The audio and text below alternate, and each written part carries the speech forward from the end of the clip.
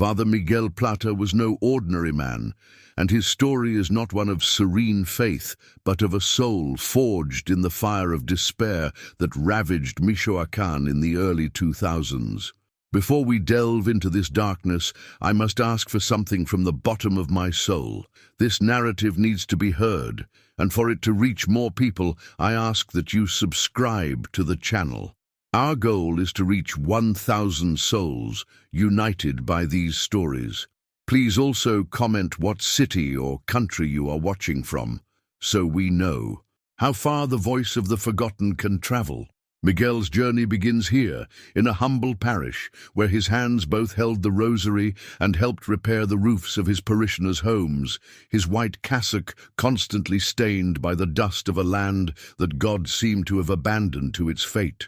He was the pillar of a community that had learned to live on its knees, not only to pray, but to shield themselves from stray bullets and the arrogance of the men who proclaimed themselves masters of life and death.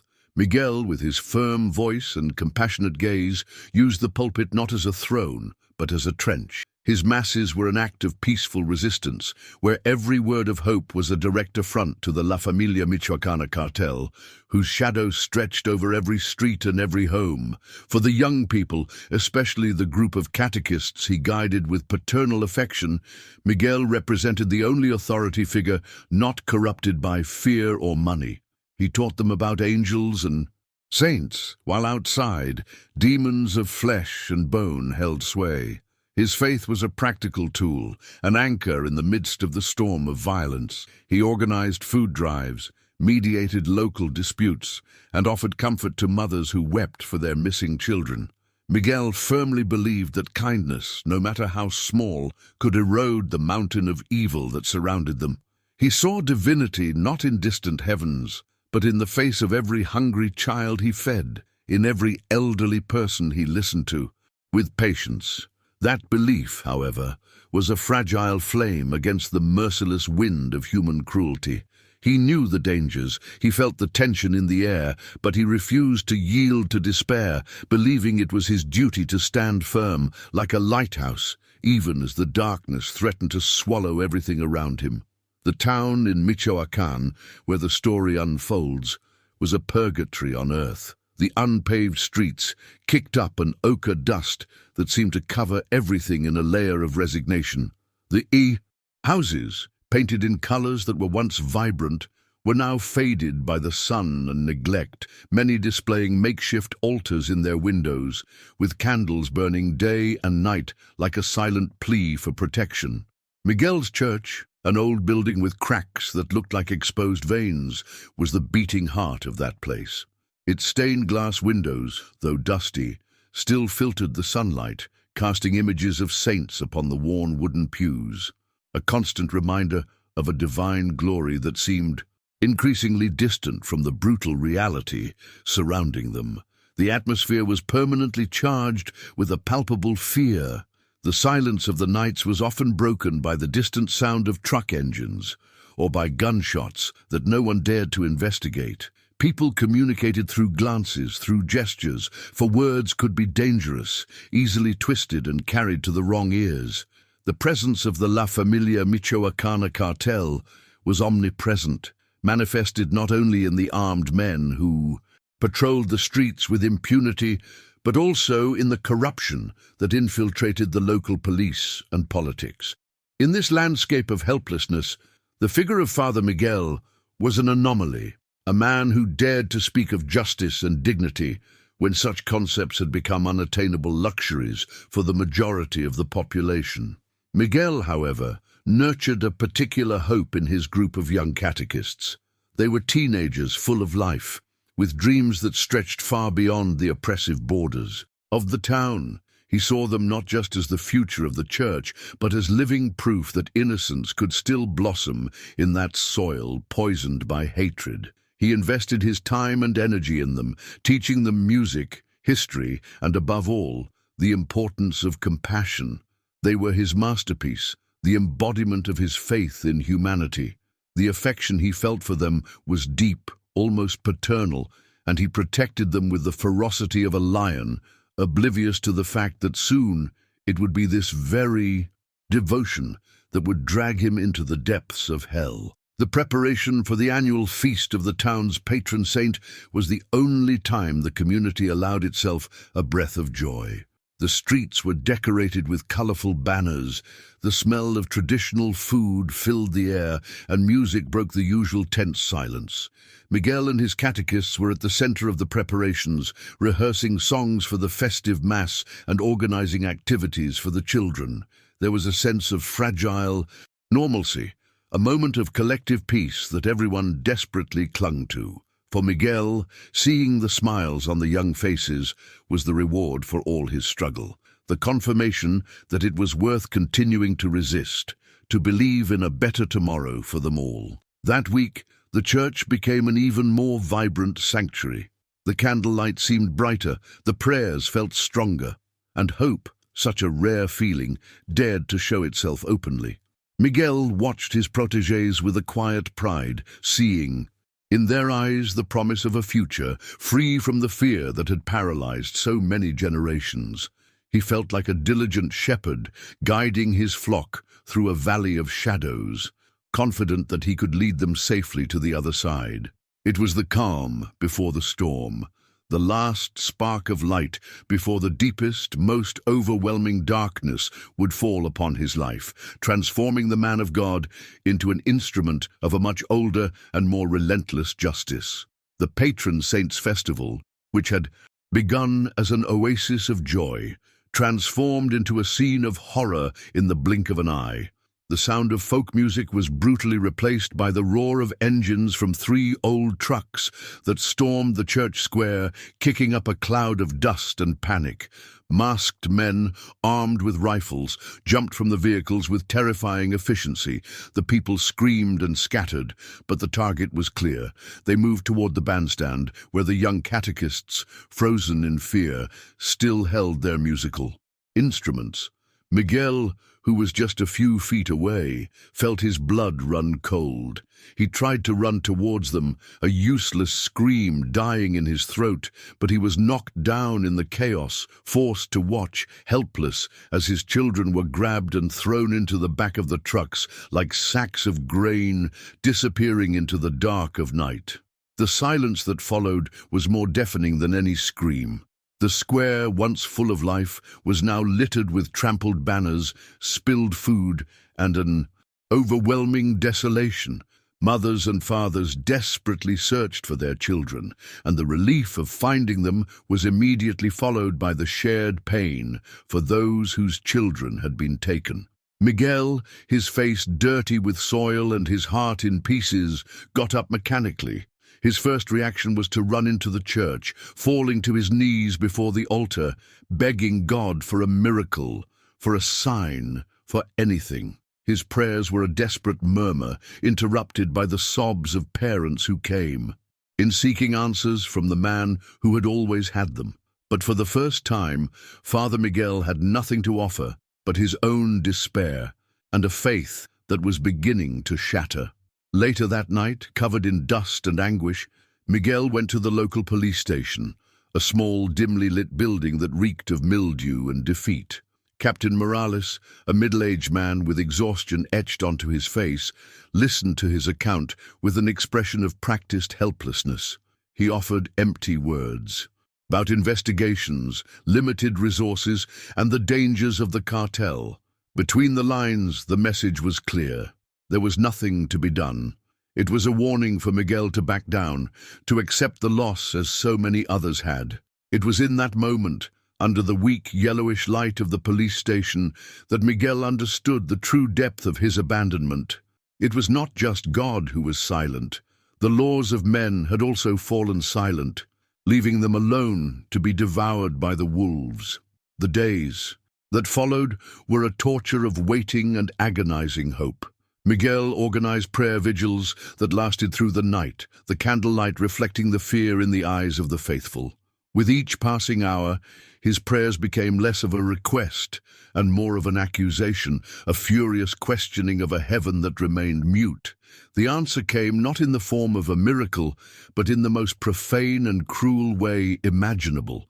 The bodies of the young people were found at dawn on the fourth day at the entrance to the town, arranged in a macabre display as a warning to all who dared to challenge the power of El Espectro. The news spread like wildfire, and it was Miguel who had to go to the site, his spirit breaking with every step, to see with his own eyes the defilement of the innocence he had sworn to protect. The collective funeral was the final blow to Father Miguel's soul. The small white coffins lined up before the altar he so revered were the irrefutable proof of his failure as a protector and the bankruptcy of his faith in goodness.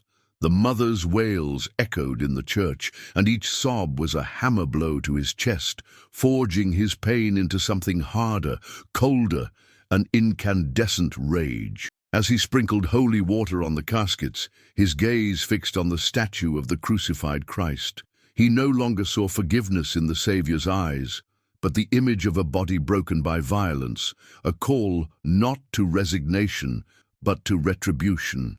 In that instant, the priest died, and from the ashes of his lost faith, the certainty was born that if God would not punish the monsters, he himself would become the instrument of his wrath. The darkness that settled in Miguel's soul after the funeral was not passive. It was an active force, a hungry energy that demanded action.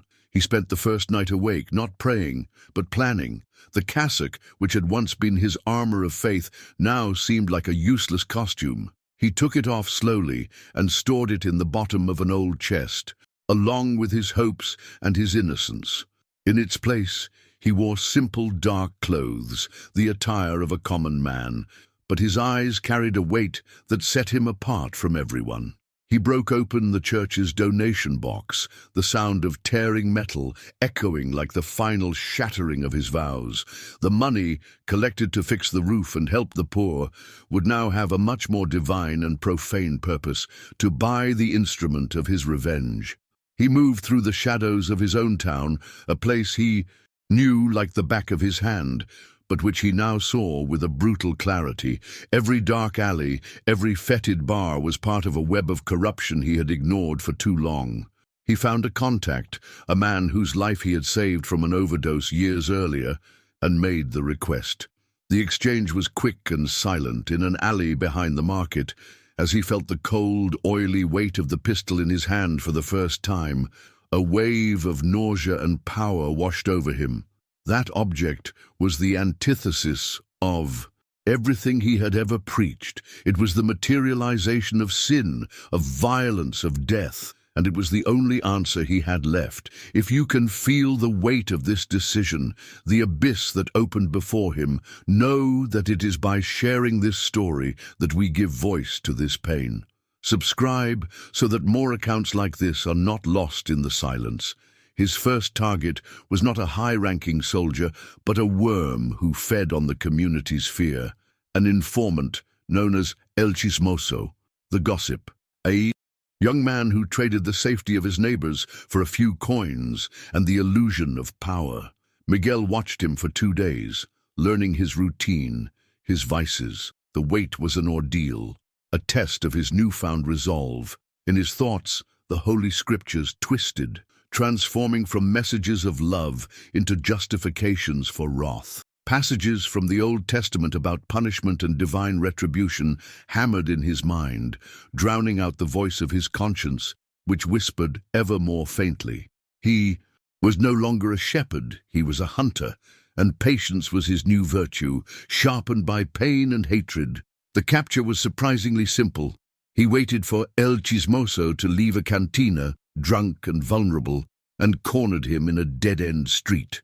The young man, upon recognizing the priest, laughed before seeing the pistol and the empty look in his eyes. Miguel took him to an abandoned house on the outskirts of town, a place where screams would be swallowed by the night. There, tied to a chair, the informant cried and begged, invoking the same God that Miguel felt had abandoned him. The former priest felt no pity. He opened an old, dusty Bible and began to read aloud, his voice calm and terrifying. The Lord is a jealous and avenging God. The Lord takes vengeance and is filled with wrath. The Lord takes vengeance on his foes and vents his wrath against his enemies. The torture was a baptism of blood. Miguel, who had never raised a hand to anyone, discovered within himself a cruelty he never knew he possessed. Every unanswered question was followed by calculated pain. He didn't just want information. He wanted the informant to feel a fraction of the terror the children had felt. And under the pain and fear, El Chismoso talked. He gave up names, locations, routes. He told of the next shipment, of a cartel lieutenant who would be overseeing the operation. The words poured out of his mouth like poison, and Miguel absorbed them. Each piece of information new, ammunition for his solitary war. The voice of the priest reciting psalms of vengeance while breaking the young man's fingers became a macabre litany, the rite of a new and terrible religion. With the information extracted, a new dilemma arose. The informant, trembling and bloodied, looked at him with pleading eyes, promising to disappear, swearing silence. For a moment, the old Miguel hesitated. Mercy, the pillar of his former life, tried to surface, but then he saw the faces of the catechists. In his mind, their smiles twisted into masks of terror. He knew that letting the informant live was a risk, a loose end that could unravel everything. The justice he sought allowed for no weakness, no compassion. The decision was made in a heavy silence. He raised the gun, his hands now steady, and the sound of the shot echoed in the abandoned house, irrevocably sealing his fate. The act of taking a life broke him and remade him simultaneously. As soon as the body hit the floor, Miguel bent over and vomited, his body rebelling against the soul's transgression. He trembled uncontrollably for nearly an hour, sitting on the dirty floor next to his first victim, the smell of gunpowder and blood permeating the air. He felt no triumph of revenge, only a deep, icy emptiness. He had crossed the line, and now he wandered in an unknown territory, with no God and no law to guide him. That moment defined what he would become, a haunted man, hunting other monsters while fighting the one growing. Inside himself, the night welcomed him when he finally left, leaving behind another body for the thirsty land of Michoacan. The body of El Chismoso was found 2 days later, with a small wooden crucifix driven into his chest. The news spread like wildfire. No one dared to speak openly, but in whispers a legend began to be born, an avenging angel, a righteous phantom. Miguel, meanwhile, was already focused on his next target, the lieutenant mentioned by the informant. He used the information to plan an ambush. This time there was no hesitation. The attack was swift, lethal, and efficient. 2 bodies of cartel members were left behind, along with the burned shipment. The message was clear. There was a new force at play, one that was not afraid and showed no mercy. Miguel's reputation grew in the shadows, a spectre born from the collective pain of the town. He then dared to do the unthinkable. He began to use the confessional as a weapon. The people, terrified of the cartel, often knew things, but fear kept them silent. Miguel, during confession, began to ask direct questions, using the sanctity of the sacrament to extract details. I forgive your sins, my son, but omission is also a sin. Speak what you know, and God will understand your need to protect your family. He offered absolution in exchange for information, turning the most sacred act of mercy into an intelligence tool for his war. He felt like a heretic, desecrating God's temple, but the results were undeniable. The cartel's information network began to unravel before him, thread by thread. The legend of the avenging priest or the shadow vigilante gained strength with each new body found.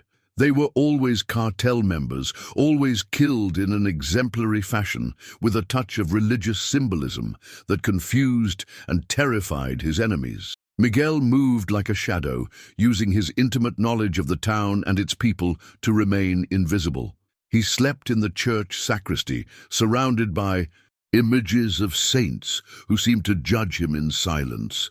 By day he was still Father Miguel to the few who dared to attend church, offering words of comfort that sounded hollow even to himself. But by night he became the embodiment of the vengeance the town silently craved. His transformation did not go unnoticed. People looked at him differently. Respect had mingled with fear. He was no longer just the beloved pastor. He was a dangerous and unpredictable force. The mothers who once sought him out to baptize their children now moved away as he passed, as if his presence could curse them. He felt the isolation growing around him, an invisible wall built by his own actions. He was saving the town, but losing the people he had sworn to protect. The loneliness of his crusade was a heavy burden, and he often wondered if, in the end, there would be anyone left for whom it had been worth fighting. Maria, the mother of one of the murdered catechists, was one of the first to notice the profound change in his eyes. At first, when the first criminals turned up dead, she felt a grim satisfaction, seeing it as an act of divine justice. She supported Miguel in silence, leaving a lit candle for him in the church every night. But as the brutality escalated, and the vigilantes' methods became as cruel as the cartels, Maria's gratitude began to turn to horror. She saw in the priest no longer an instrument of God, but a man consumed by the same hatred that had killed her daughter. Her faith in the man who had once been her solace began to waver, and she came to represent the moral compass that Miguel had lost. I wonder if he realized what he was becoming, or maybe he knew and simply didn't care anymore. When you stare into the abyss for too long, it begins to stare back, and sometimes it offers you a smile. If Miguel's journey thus far has made you question the limits of justice, and if you believe these stories must be told so they are not repeated, then join us. Your subscription helps keep this flame alive, ensuring that the voice of those who fought in the shadows is not forgotten. This is the point of no return, the moment a man accepts his new nature, however monstrous it may be. The rising tide of violence caught the attention of Captain Morales. The bodies that appeared belonged to known criminals, a clean-up service that secretly made his job easier. However, the law did not distinguish between victims, and murder was murder. Morales was not corrupt, just overworked and realistic. He knew his forces were no match for the cartel and suspected that the perpetrator of these killings was someone from within the community, someone with a personal motive. The religious signature, the crucifix left on the bodies, led him to only one place, the church. He began to watch Father Miguel, not with the intention of arresting him, but with a morbid curiosity and a certain degree of reluctant admiration. The cat-and-mouse game between the two men began. Morales followed him, and Miguel, with his newfound cunning, knew he was being watched. There was a tacit respect between them. On one occasion, Morales had the chance to corner him in an alley after an execution. They faced each other from a distance for a long moment, a light rain falling on them. Miguel's face was covered, but Morales knew who it was. The captain had his gun drawn, but he didn't shoot. He just slowly lowered his weapon and turned away, leaving the path clear for the vigilante to disappear into the night. In that moment, Morales made his choice. He would not be an obstacle to the only form of justice that seemed to work in his cursed town. Meanwhile, the cartel leadership was in an uproar. El Espectro, a man whose cruelty was legendary, was furious and humiliated. An invisible enemy was dismantling his operation from the inside out, killing his men and burning his money. Paranoia set in among his ranks. El Espectro began to distrust everyone, carrying out brutal internal purges, executing anyone who seemed to know too much or who showed the slightest sign of weakness. Ironically, his violent reaction aided Miguel's cause, eliminating even more enemies and sowing chaos and distrust within the criminal organization. The legend of the shadow vigilante became a terror to the terrorists themselves. Miguel knew he had to get to the head of the snake. Eliminating the soldiers one by one was useful, but as long as El Espectro was in charge, evil would only change its form, not disappear. He needed precise information, a clear path to the cartel leader. The opportunity arose when he captured the right-hand man of one of El Espectro's lieutenants, a man known for his loyalty and his resistance to pain. The interrogation lasted for 2 days, in a forgotten crypt beneath the old church. It was the final test of Miguel's savagery. He used every biblical verse about damnation and hell, every pain technique his enraged mind could conceive. Finally, the man broke. Amidst deliriums of pain and fear, he revealed the unthinkable. El Espectro was a man who reveled in symbolism. He planned to use the celebration of the Dia de Muertos, the Day of the Dead, to perform a grand ritual of power. He would be at the city's main cemetery, a place he had desecrated and turned into his personal fiefdom, to make a show of force for rival cartels. The information was a poisoned gift. It was Miguel's chance, his only chance to end it all, but it would be a suicide mission. The cemetery would be crawling with armed men, a true nest of vipers. With the name and location in hand, Miguel felt one step closer to the end of his journey. The man who gave him the information did not survive to see the result of his betrayal. Miguel left him in the crypt, one more secret to be kept among the church's dead. He spent the next few hours cleaning his weapons, the sound of metal being polished echoing in the silence of the sacristy. He looked at his reflection. In a puddle of holy water, the face was the same, but the eyes belonged to a stranger, a man who had traveled a long way into the darkness and was now preparing to walk directly into its heart. The plan took shape in his mind. The Dia de Muertos was the perfect cover. The town would be full of people, music, processions. The candles and altars for the dead would create a labyrinth of light and shadow he could use to his advantage. It would be a battle fought among the graves, a confrontation between a man who had lost his faith and a demon who delighted in mocking it. Miguel did not expect to survive. His only hope was that his final sacrifice could somehow purge the town of the evil that consumed it, even if he had to become the embodiment of that same evil to achieve it. He took his wooden crucifix, the same one he used to wear around his neck. He sharpened the bottom end until it became a stake. It was no longer just a symbol of faith, but a weapon, the perfect representation of his transformation. He was the fusion of the sacred and the profane, the angel and the demon in one body. The confrontation with El Espectro would not be just a physical fight, but a theological battle, a debate on the nature of evil and the silence of God, waged not with words, but with bullets and blood. And Miguel was ready to deliver his final sermon. The community, oblivious to the impending confrontation, prepared for the Dia de Muertos with a mixture of reverence and fear. Families cleaned the graves of their loved ones, decorating them with cempasúchil flowers, candles, and the favorite foods of the deceased. Maria was among them, at her daughter's grave. She prayed, not for Father Miguel, but for the soul of Father Miguel, asking God to have mercy on the soul of the man who was losing himself to save them. Her moral dilemma mirrored that of the entire town. They feared the vigilante, but they desperately needed what he represented. They condemned his methods, but they yearned for the peace he promised.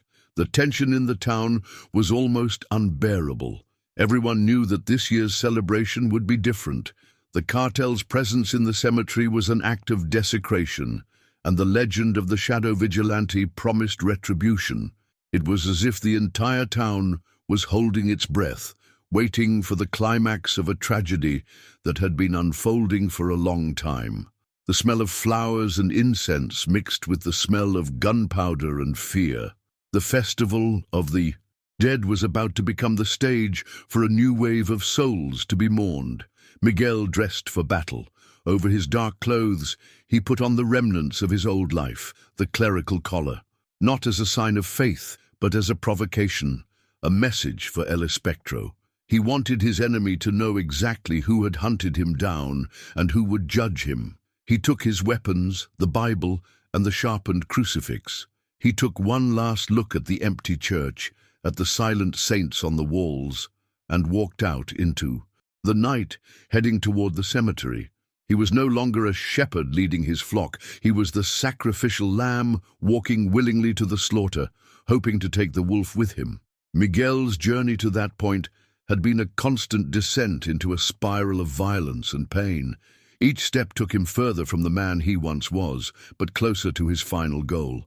He had become a monster to hunt monsters, a truth with which he had made a reluctant peace. The coming battle was not just for the soul of the town, but for what was left of his own. He knew that victory would not bring redemption, only an end. And in that moment, walking under the starry sky of Michoacán toward his destiny, an end was all he desired. The cemetery, on the night of the Dia de Muertos, was a phantasmagorical spectacle of light and shadow. Thousands of candles flickered on the graves, and the sweet scent of cempasúchil flowers mixed with the smell of melted wax and incense. Families gathered in silence, praying for their dead, while in other corners the celebration was profaned by armed cartel men who drank tequila on the tombstones as if they were bar tables. Miguel entered this surreal scene like a spectre, his face partially hidden by the shadows. He moved with a lethal grace, using the labyrinth of crosses and mausoleums to approach El Espectro's center of power.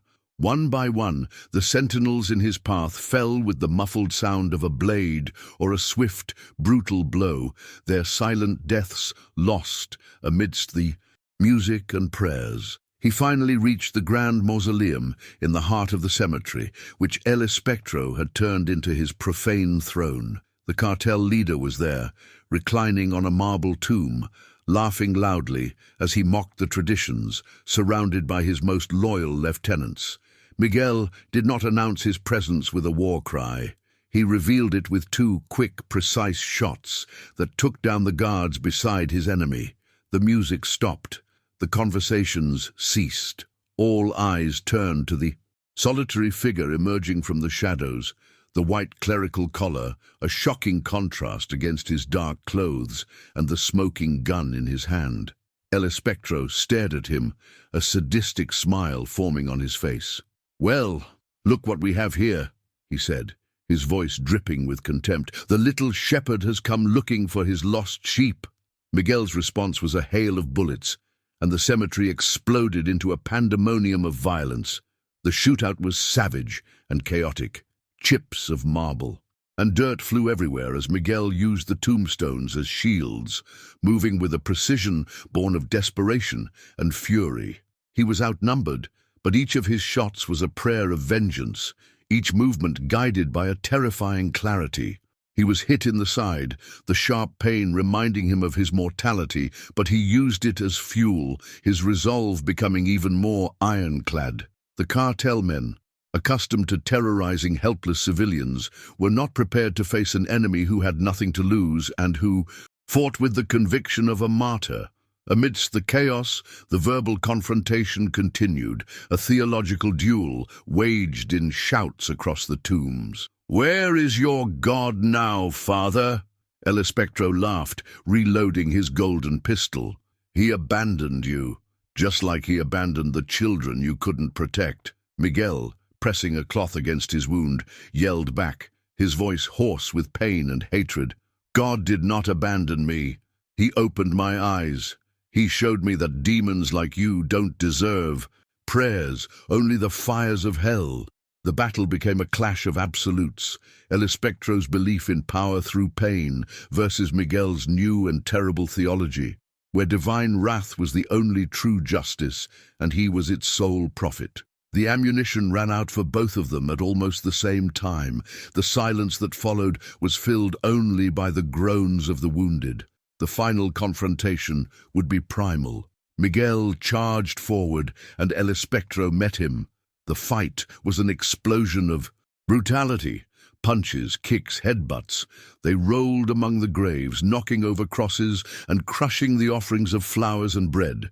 Miguel's blood mixed with his enemies, indelibly staining his cassock and his soul. Finally, Miguel managed to grab the only weapon he had left, the wooden crucifix he had sharpened. With a cry that was more animal than human, he drove it into El Espectro's shoulder, using the symbol of salvation as an instrument of torture to subdue his adversary. Miguel stood over El Espectro, who lay broken, defeated and bleeding on the ground. The few henchmen who survived had fled, leaving their leader behind. The townspeople, who had been hiding, now watched from a distance, a silent audience for the final act of this macabre play. Miguel pointed the empty pistol at his enemy's head. This was the moment. He could end it all with a simple act. But El Espectro, even in defeat, spat blood and laughed. "Do it, Father. Show everyone you're no different from me. You're a monster now. My monster." The words hit Miguel deeper than any bullet. A simple death was not enough. It wasn't justice, it was just an end. He needed a punishment, a final sermon written in blood and terror. He dropped the gun. Instead, he grabbed El Espectro's head and dragged him to the large bell in the cemetery chapel. With what strength he had left, he tied the cartel leader by the neck with the bell rope. El Espectro's eyes widened in terror, understanding what was to come. Miguel said nothing. He just began to pull the other end of the rope slowly. El Espectro's body was hoisted up, and the bell began to toll, its deep, funereal sound echoing through the night. With each toll of the bell, the body slammed against the metal, in a form of brutal and symbolic execution that no one would ever forget. The sound of the avenging priest's justice was his own enemy's death knell, a sound that announced the end of a reign of terror and the birth of a much darker legend. The sound of the bell finally ceased, leaving a deathly silence that hung over the cemetery and the entire town. Miguel stood alone beneath the body of his enemy, the blood cooling on his skin, the battle's adrenaline giving way to an excruciating emptiness. The candles of the Dia de Muertos were beginning to burn out, and the darkness of early morning seemed to devour him. The townspeople, who had witnessed the horror from afar, did not run to hail him as a hero. They retreated to the safety of their homes, locking their doors, the fear of the cartel replaced by the awe of their savior. In that brutal victory, Miguel found himself more alone than ever. He had not cleansed the town. He had merely become the new monster to be feared, the new shadow that would haunt the nights of Michoacán. In the days that followed, the change was undeniable. With El Espectro killed in such an exemplary and terrifying manner, the local cartel's structure crumbled. The remaining members, terrified by the legend of the avenging priest, vanished, and a strange, fragile calm settled over the region. The extortions ceased, the kidnapping stopped, and children could once again play in the streets. However, it was not the peace of redemption, but the peace of a graveyard. Joy was absent, replaced by a heavy collective conscience. The community had traded a known demon for a phantom of their own making. They looked towards the church with a mixture of gratitude and dread, knowing their freedom had been bought at the cost of a good man's soul. Miguel knew his time there was over. He could no longer stand at the pulpit, no longer offer the host with hands that had taken so many lives. Every face he saw on the street was a reminder of his sin. He was a fallen angel, and his presence in the town was an open wound that prevented any real healing. He spent his last days in the sacristy, tending to his wound, haunted by the ghosts of his victims and of the young people he had failed to save. He had become a fugitive, hunted by the law that considered him a murderer and by rival cartels that wanted his head. His war was over, but now his penance began, a lifetime of exile. On his last night, he walked through the dark nave of his church. The moonlight filtering through the stained glass windows illuminated the dust dancing in the air. He did not pray. He felt he no longer had the right. He went to the altar and, with ceremonial care, laid his blood-stained cassock upon it, folded. Impeccably, it was the last symbol of his lost identity, a shroud for the man he once was. Leaving the cassock behind was his final confession, a silent acknowledgement that he had become the very thing he swore to destroy.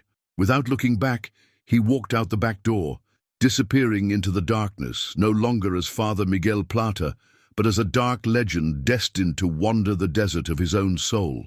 The story of Miguel Plata offers no easy answers. He saved his town, but condemned himself in the process. Was it an act of justice or the height of revenge? Perhaps the line between the two is thinner than we like to admit. He became living proof that to fight absolute evil, a good man may have to sacrifice his own goodness, leaving the world to question the true price of peace. If you have reached the end of this journey, it is because you understand the importance of looking into the shadows. I thank you for your company and for listening to this account. It is your subscription and your support that allow us to continue telling the stories of those who, like Miguel, have walked through fire.